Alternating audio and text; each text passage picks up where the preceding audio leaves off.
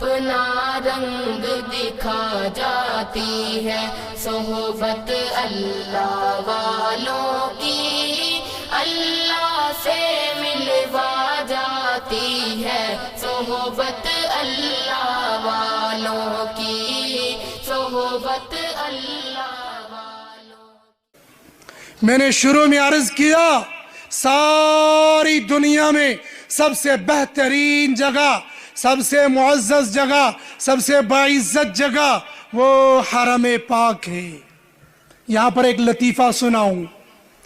ایک پڑھے لکھے جاہل کہنے لگے، ایجوکیٹڈ کہنے لگے، دبن مدرسن من پڑھن ویل بچی یم چھ، یہ تو جاہل ہوتے ہیں، یہ تو گنوار ہوتے ہیں، یہ تو نادان ہوتے ہیں، ان کو کوئی پتہ نہیں ہے۔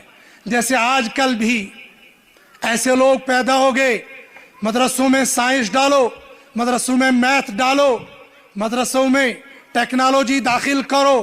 وہ کون سا مدرسہ ہے جہاں کمپیوٹر نہیں؟ وہ کون سا مدرسہ ہے جہاں سائنس نہیں؟ ارے یہ تو تم لوگ تم کو گنوار بنانا چاہتے ہو۔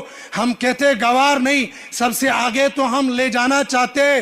تمہارے گنوار 10 سال کرسیوں پر بیٹھتے ہیں، کرپشن کا ڈھیر لگاتے ہیں، امت کو بجائے آگے لے جانے کے پیچھے دھکیل دیتے ہیں۔ ہم تم کو یہ بتاتے ہیں۔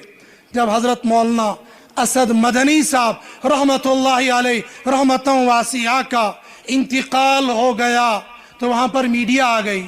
اس وقت ہم جانتے بھی نہیں تھے میڈیا کیا ہوتی ہے، ہر بندہ میڈیا سے ڈرتا تھا۔ ہم لوگ جنگلی گاؤں دیہات، ٹی وی کیمرہ، ہم بھی چاہتے تھے ہم بھی ٹی وی میں آ جائے۔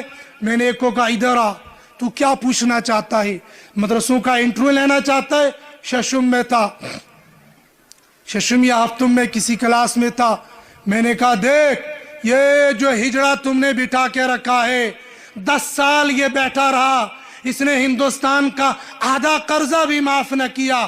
ہمارے مولوی کو، دارالعلوم دیوبند کے دارالعلوم دیوبند کے مفتی کو صرف 5 سال وہاں پر بٹھاؤ، پھر ہم بتائیں گے ہم ملک کو کیسا چلانا جانتے ہیں۔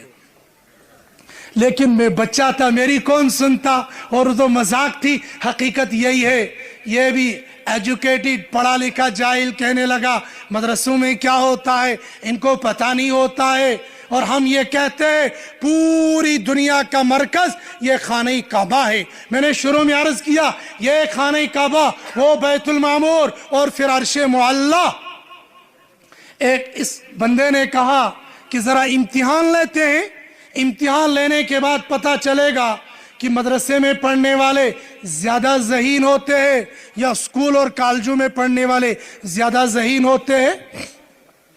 تو ایک سکول کو جانے والا طالب علم وہاں سے گزرا، کہنے لگا بیٹا یہ بتاؤ دنیا کا مرکز کہاں ہے؟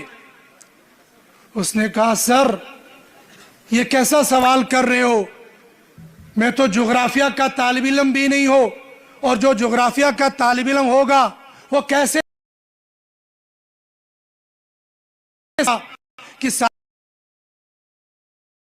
کا بیٹا جاؤ۔ تھوڑی دیر کے بعد مکتب اور مدرسے میں جانے والا ایک طالب علم گزرا، کہا بیٹا یہ بتاؤ ساری دنیا کا مرکز کہاں ہے؟ کہا اچھا ساری دنیا کا مرکز چاہیے؟ کہا ٹھیک ہے، ہاں مرکز سوال کا جواب چاہیے۔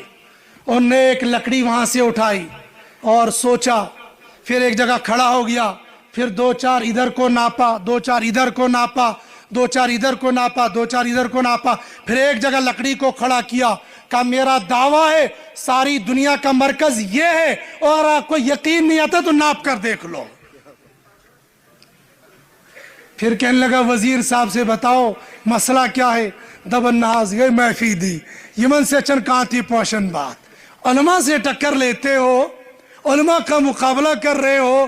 ارے جہاں تمہاری عقل کی انتہا ہوتی ہے وہاں مدرسے میں پڑھنے والے طالب علم کی ابتدا ہوتی ہے۔ اور کیوں؟ یہ قرآن کے لغاؤ کی وجہ سے۔